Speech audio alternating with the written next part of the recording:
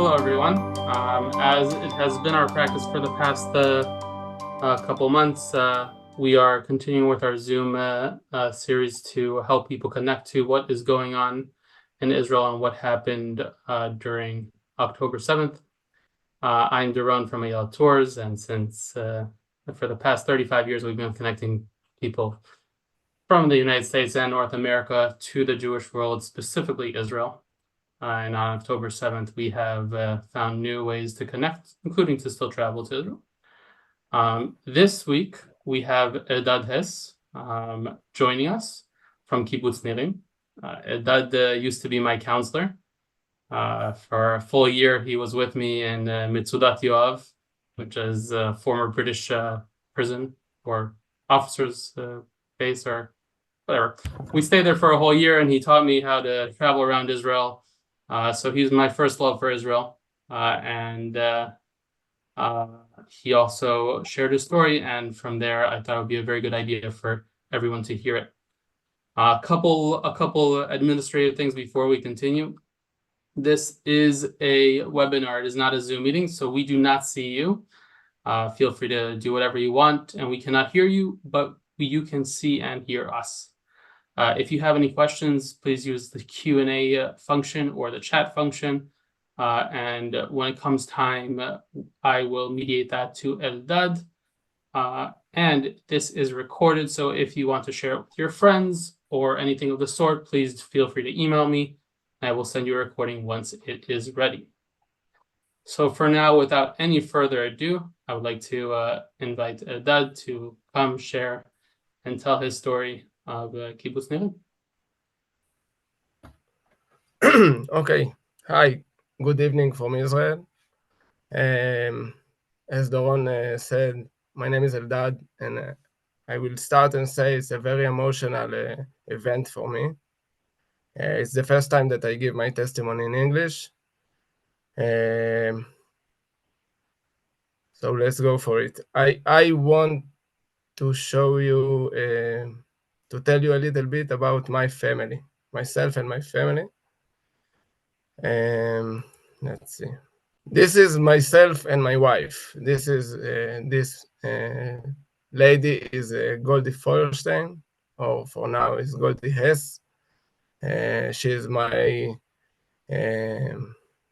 wife for the past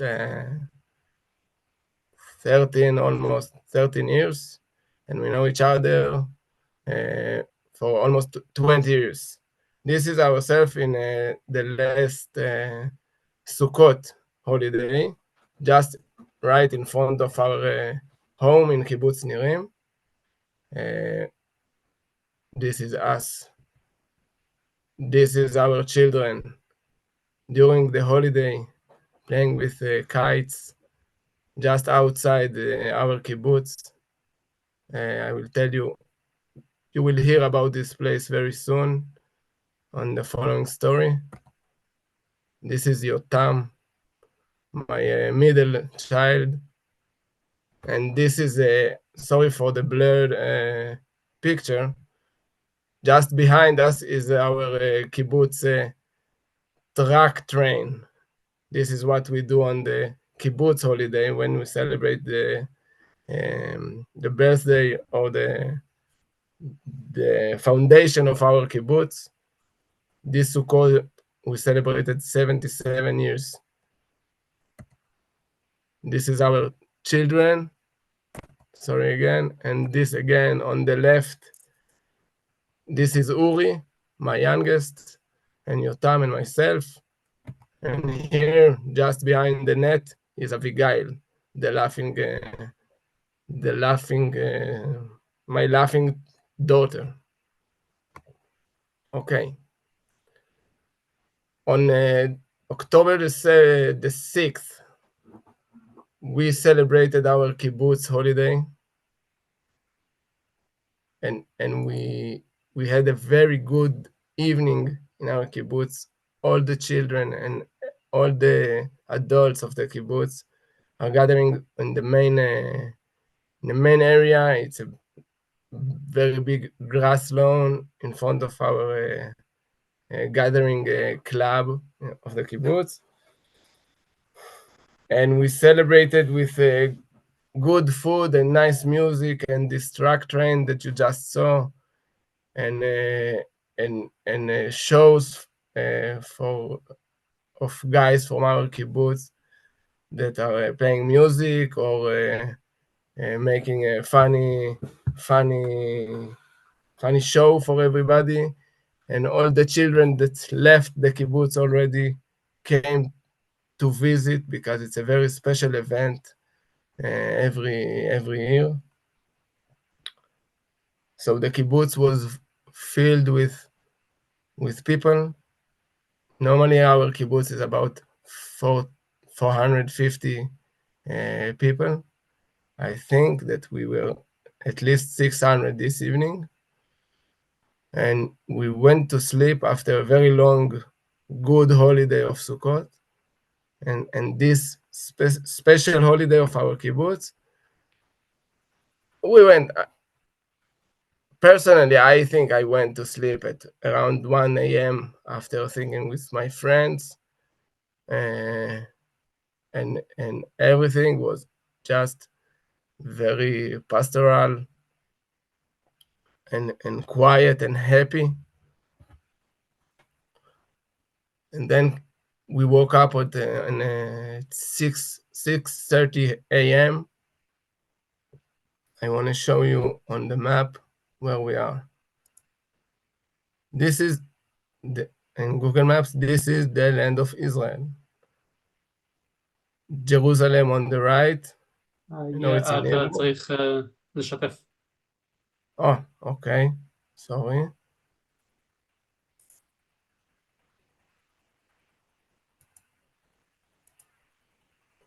Sorry, again. This is the land of Israel.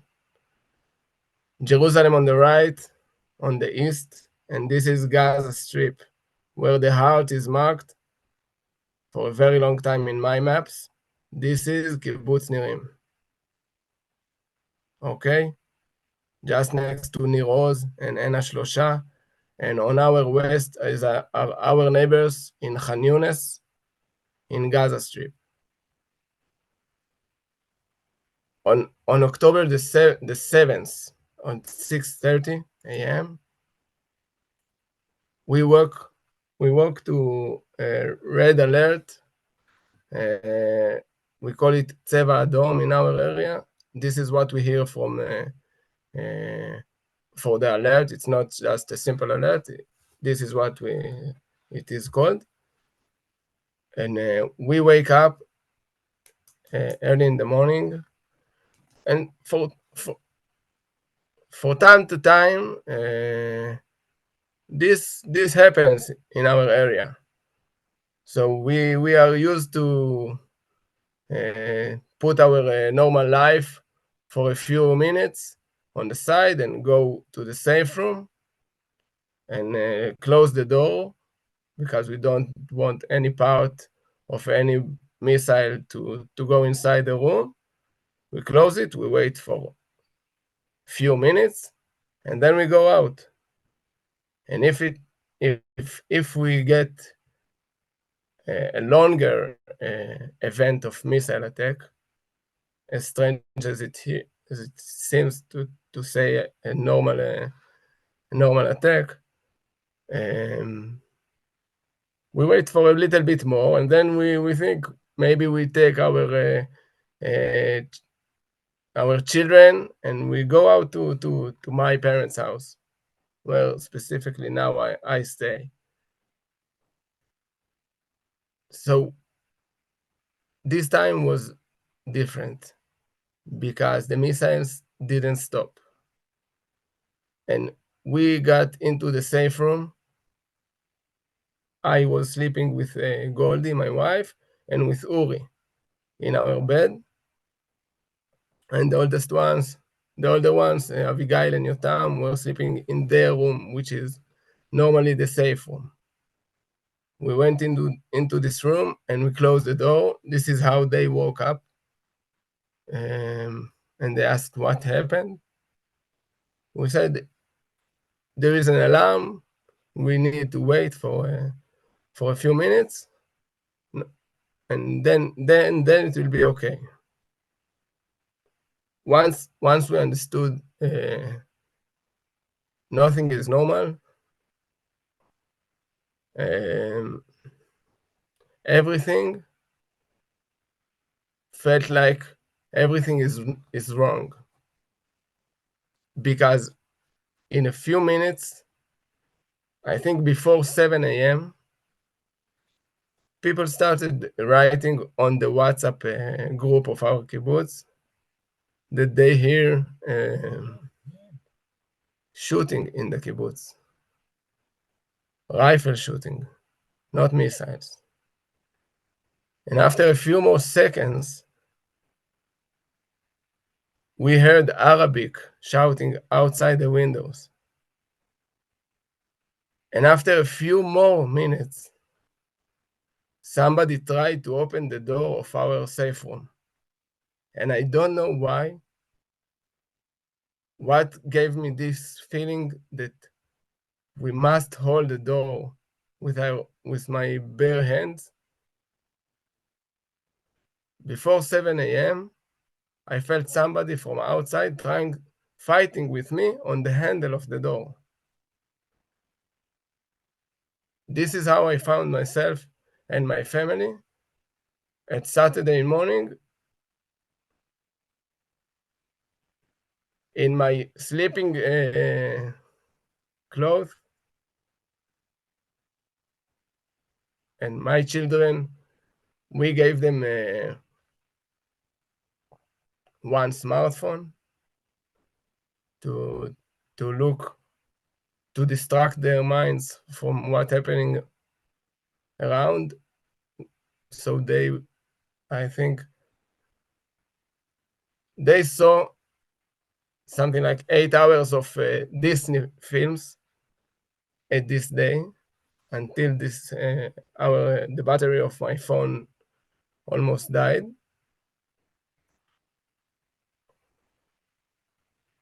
And this is how we found ourselves all this time. At the end of the day, all of us, my family, my organic family, are okay. It's not the case with my neighborhood, and I will explain later. During these hours, until the IDF, the Israeli army, arrived to take us out of this safe room, for five times at least, somebody actually tried to open the door for our safe room physically. We heard shouting in Arabic from the living room. Sometimes we had shooting outside. Sometimes there was total quiet. And when there was total quiet, I think it was the most fearsome times, because we couldn't guess what's going on outside. When we heard shootings, we could guess that maybe it's a little bit further away, or maybe it's closer. But when it was quiet, you couldn't guess. Maybe they are planning something. Maybe they are planning to do something outside this door.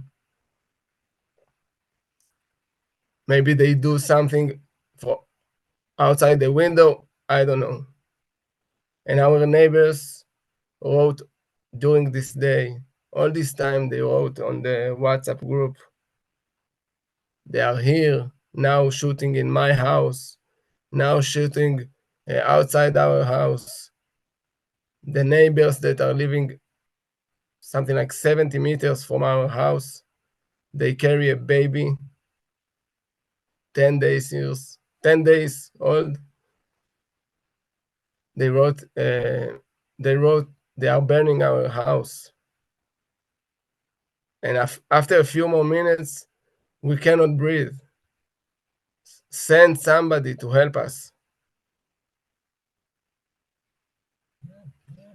At the end, they are okay also.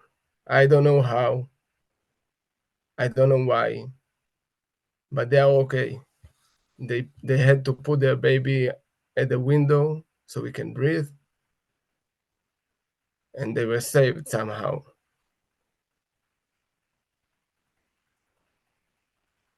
But when we are in this room, Uri, my youngest child, in the beginning we were playing with him. My wife was playing with him games of imagination, and we told him that we cannot go out of the room because the doorknob is broken, and we are waiting for his grandfather to come to fix the door.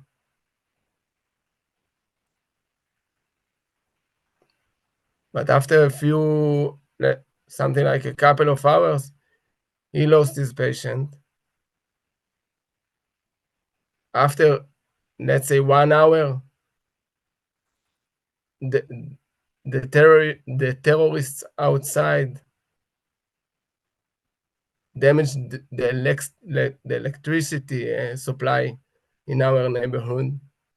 So it was dark and no air condition and no air ventilation. And it's not winter as now. It was very summer, a hot day. And the safe room are built from concrete, so they are becoming warmer and warmer during the day.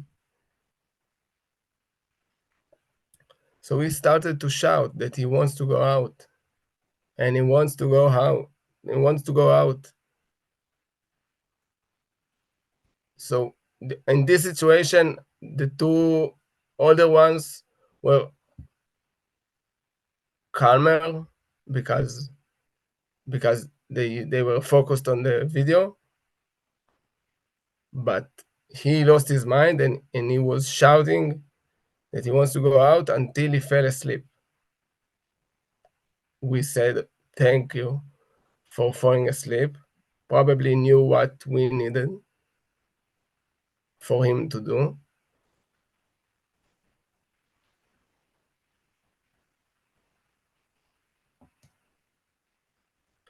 During this time, I will show you the map now of the kibbutz, what happened in our neighborhood.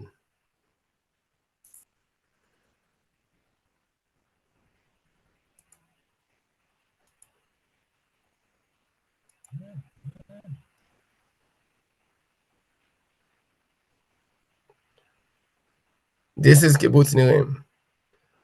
On the west, on the left part, this is the younger neighborhood, and just next to it is my neighborhood. Okay, the younger neighborhood is the place where the people that are without family currently, after serving the army, students, they are living here.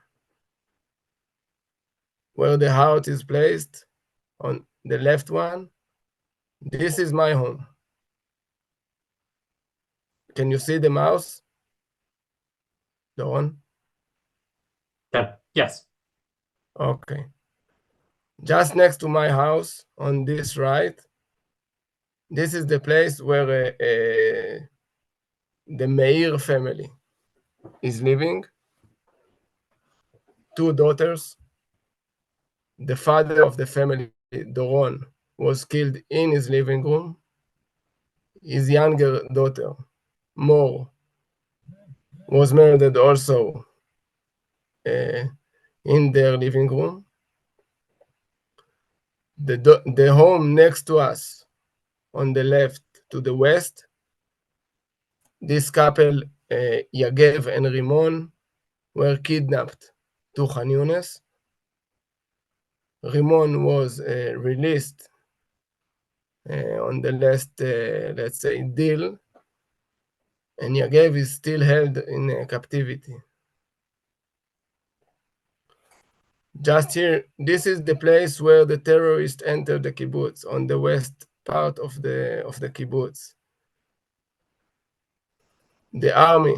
There was one jeep, one vehicle that arrived to the kibbutz. He was placed here. There was a bunker here, and there was a very long fighting scene here. And the officer and his soldiers were killed or murdered, and their bodies were corrupted and taken to Gaza Strip also. This home was burned with the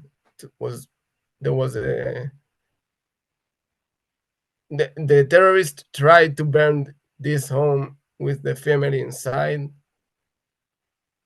Somehow they were rescued, but this home now is totally black. It is burned to its structure. This is the neighborhood. This is our neighborhood. This is the story here. The parking areas here on this part and this part were burned to the ground. All the cars and everything. After the main terrorist soldiers, I don't know what they called the Nukhba, came to the kibbutz, they called everybody from Gaza Strip or from Khan Yunis, in our case, to come and do whatever they can and whatever they want in our kibbutz. They took everything they found. They took shoes, they took bicycles, they took money, they took people, as we all know, and they broke everything they couldn't take. This place that was a living dream, we cannot go back now. It's broken, it's ruined, it's I don't know. Doron, how do you say mechulal? It's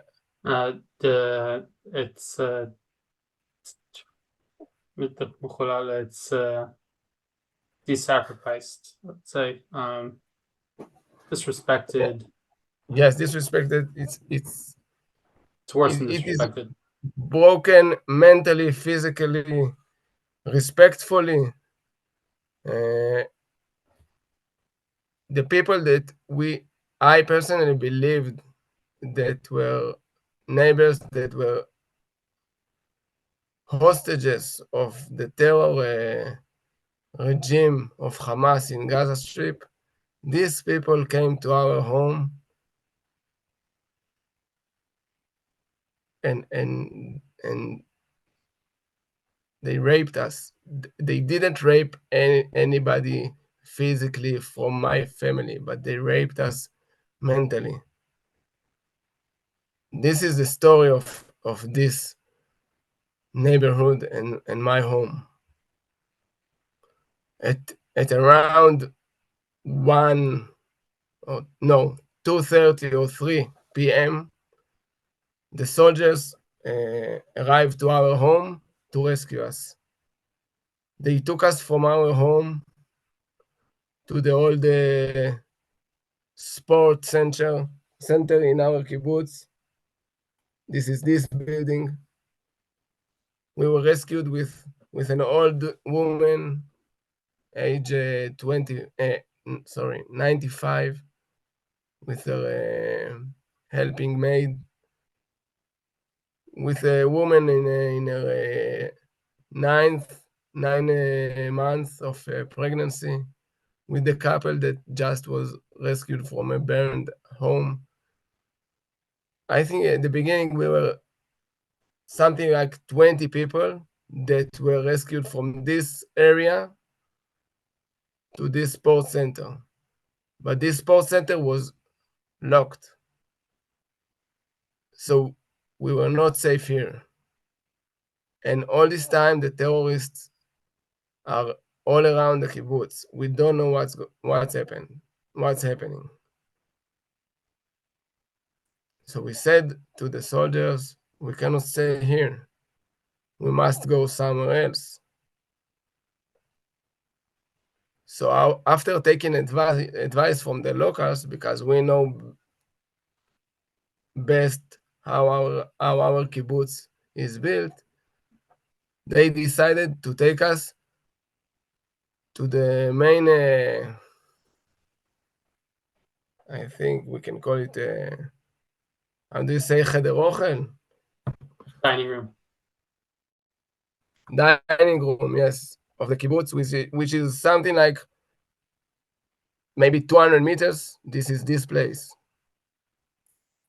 Okay. It's an open area with children and old people and pregnant women and families. We were like running in open area, hearing shooting from everywhere. We didn't know what's happening. We entered this place and we were lost because we knew that this is not a shelter. It doesn't even have a safe room. So we waited here and went to block the windows with tables so nobody will see us inside. And after something that felt like maybe 30 minutes, they decided, they asked us, where is the safer area? And we said, there isn't. We must go somewhere else. So we made it to the main club or main gathering area of the kibbutz, what we call מועדון לחבר. And this place is the only one that has a wide shelter area for a big group of people. This is we found ourselves at around 4 p.m. start to gather in this place, and then slowly the army and the armed group of our kibbutz gathered family by family from all over the kibbutz to this place. Only by night, after this place was very crowded and very hot and very tensed because we didn't know what's happening outside, there was a decision that we need to go for a sleepover in the kindergartens. In the kibbutz, the kindergartens, they are built with rooms for sleeping because our kids are sleeping during the day. So this was a very, very tough part because after we went already for a safe place, we were told that to sleep well, we need to go out. It was dark. The army was around us, but we need to go out something like, again, 200 meters to sleep in a safer area. So this is how we reached my youngest child kindergarten, and we slept there during the night. In the morning, we woke up, and all the children were playing in the kindergarten, and we made them some food, and it was a bit of comfort until we were told that by 3 p.m. it was October the 8th. We can leave, meaning every family can go to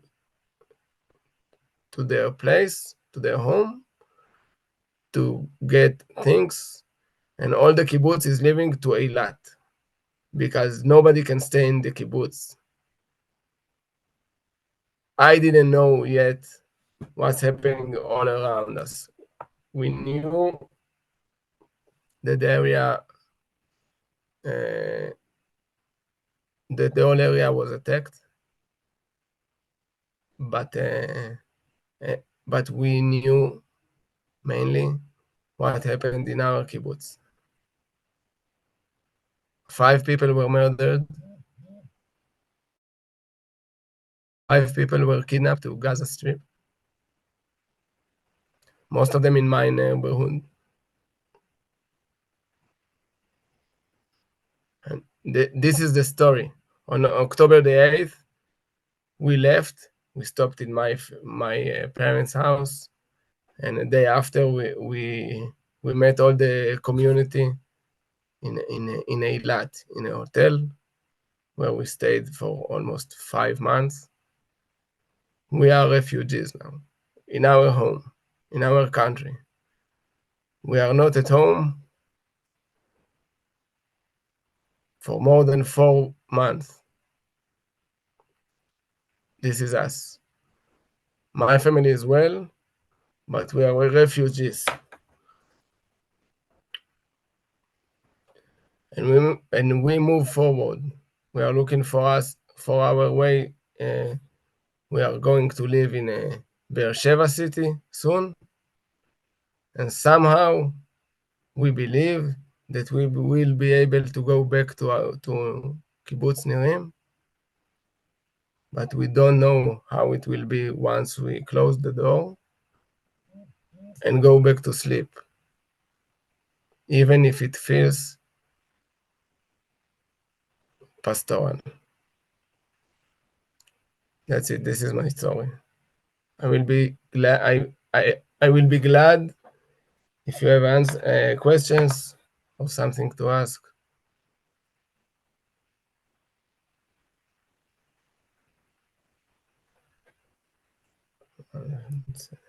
Yep. Okay, I see one question. My parents, they are not from the kibbutz. They are not from Kibbutz Nirim. They live in Kibbutz Tlalim, which is in the middle of the Negev district in Israel. Maybe the only part of Israel that was not missile attacked until now. So first of all, thank you, Eldad. As I give a quick summary, if people have questions, feel free to put them in the questions and answers, and we will, of course, let Eldad answer. I will tell you in the meantime that I'm sending in the chat to everyone. If anyone would like to help Kibbutz Nirim. Kibbutz Nirim is one of the many kibbutzim that was attacked and needs to rebuild. And of course, helping it is something very important that we at Ayelet Tours and in general all around feel it's an important thing to do. So I sent a link for that. Another interesting way to help Kibbutz Nirim is we have a couple solidarity missions that are going to Kibbutz Nirim with Michal, not Eldad. Although Eldad's friend, because he gave me her phone number. So there's one in March with Hadassah and another one in April with Rabbi Goldstein. So feel free to reach out to me for that. And now we can go back to the questions. Evelyn Cohen, you asked only, are you still? So am I still in my family's, in my parents' home? The answer is yes. If I understand correctly the question. So, an anonymous person has asked, how are you managing with work, school, and supplies? And is there a way to help? I think that the way to help is, I think, first of all, is the link that Doron just sent. personally, I will say this.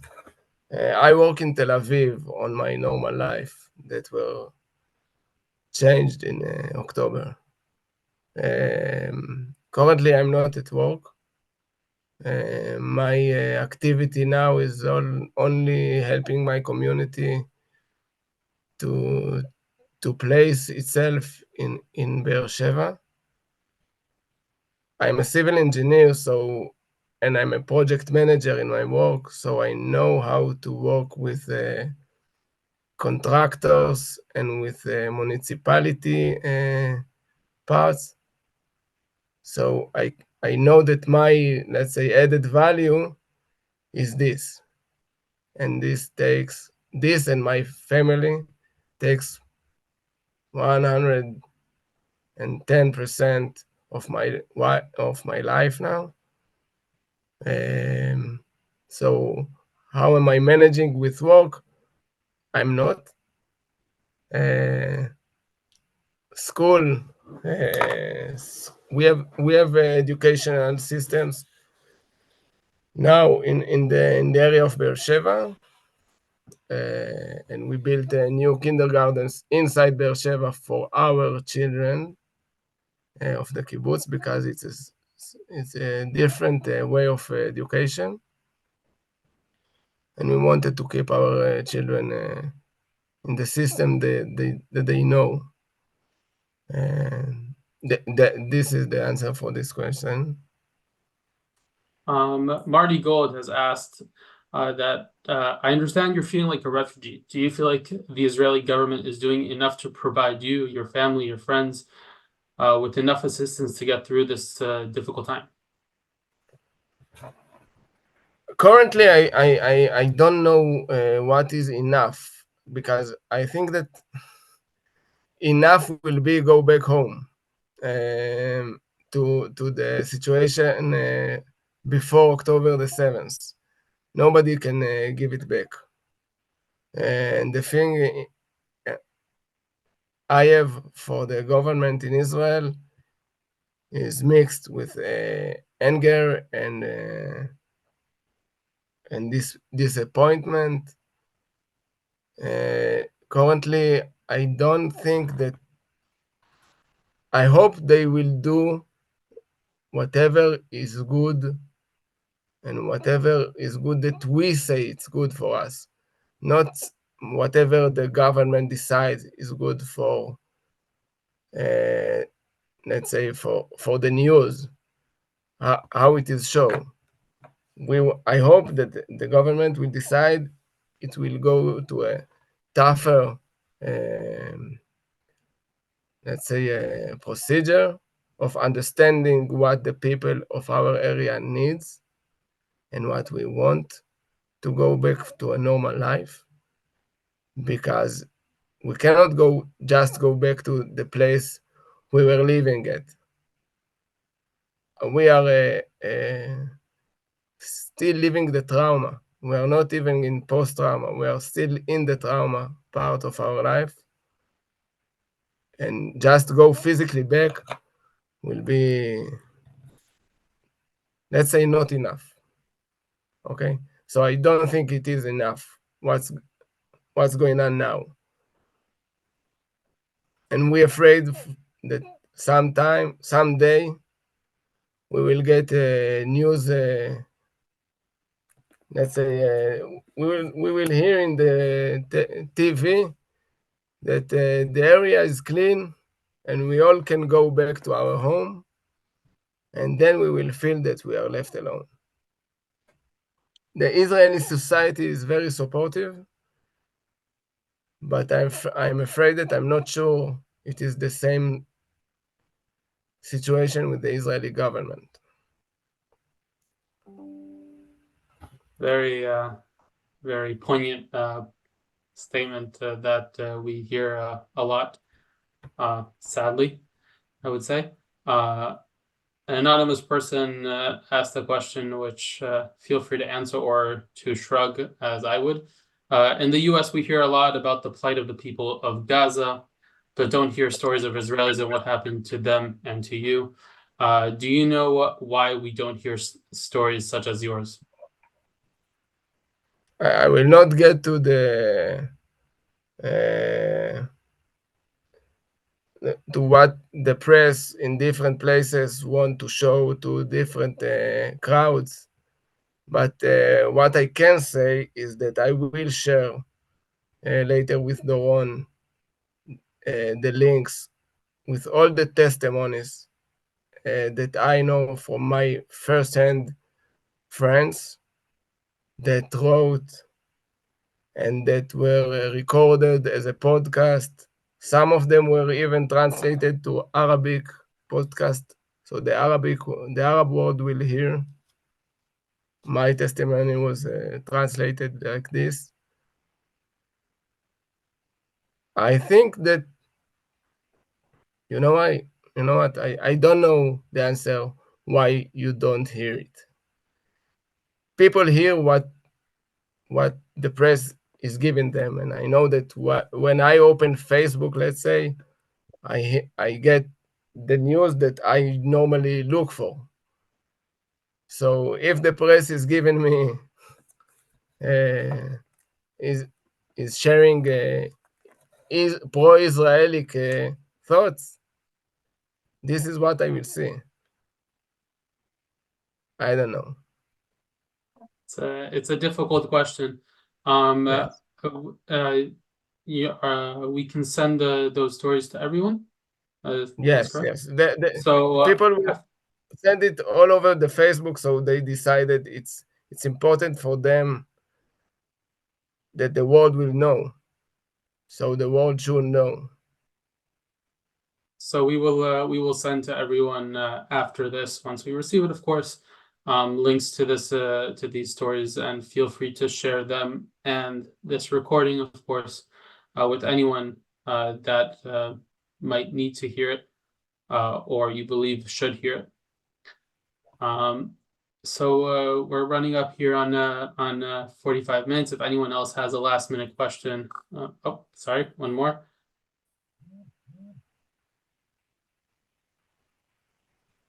The link, the funds that are that go to the website are to rebuild the kibbutz.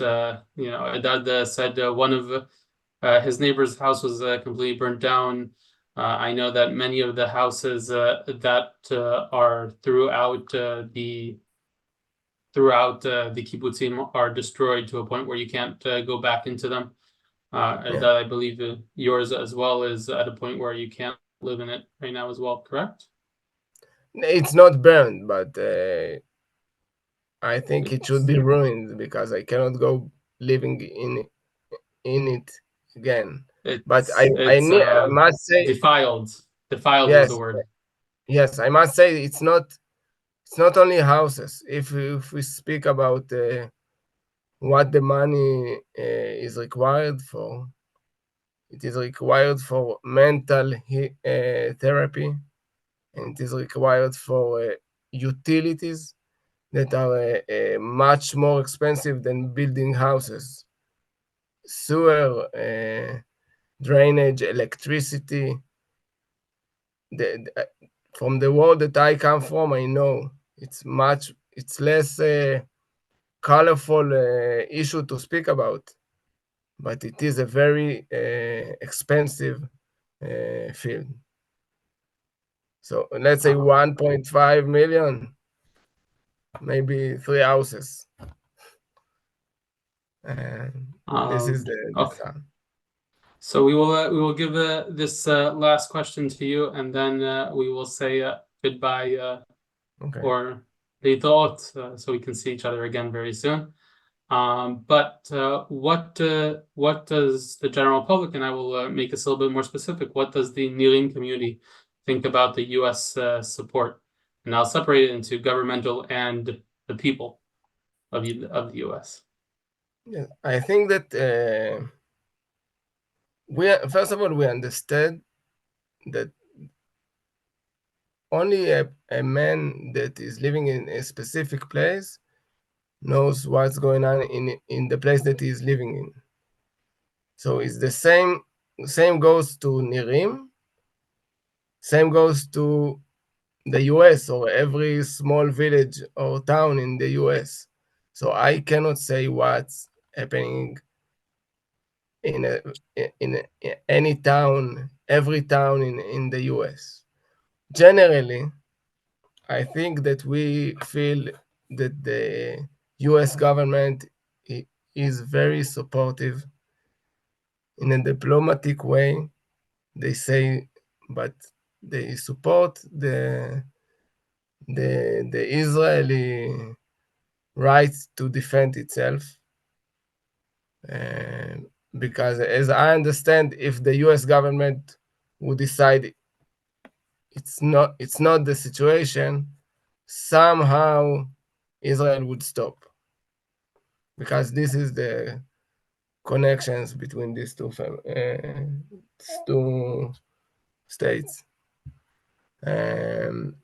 But as for the US people, I think again, USA is a mixed population. I cannot say about everybody, but we feel that there is a very big support coming from the US, from let's say from behind the sea, from the west bank of the ocean. This is what we feel, that practically speaking, we got our back covered by the US. Well, I think with that optimistic note, we will end right now. I would like to say, Eldad, toda rabba. Thank you very much for sharing your story. And thank you everyone else for joining as well. And let's hope for better days of rebuilding. תודה. Goodbye. שלום.